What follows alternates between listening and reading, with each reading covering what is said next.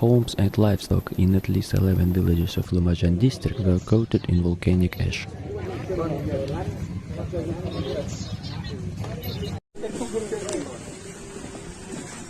The villages of Kampung Renten was badly damaged, where rescuers worked surrounded by broken buildings and fallen trees.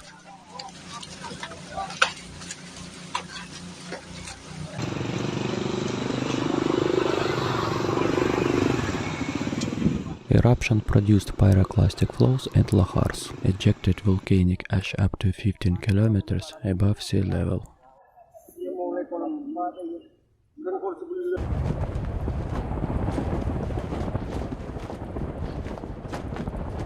Lava mixed with debris and heavy rain had already destroyed at least one bridge in Lumajang.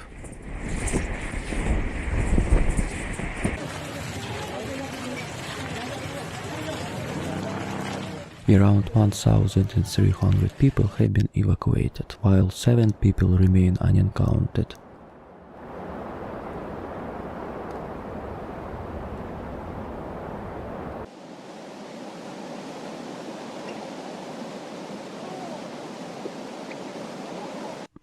The eruption claimed left 57 injured, mostly with burns.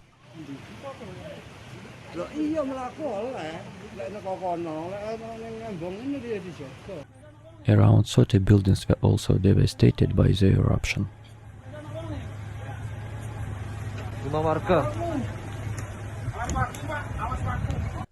Crops in the disaster area were also completely destroyed.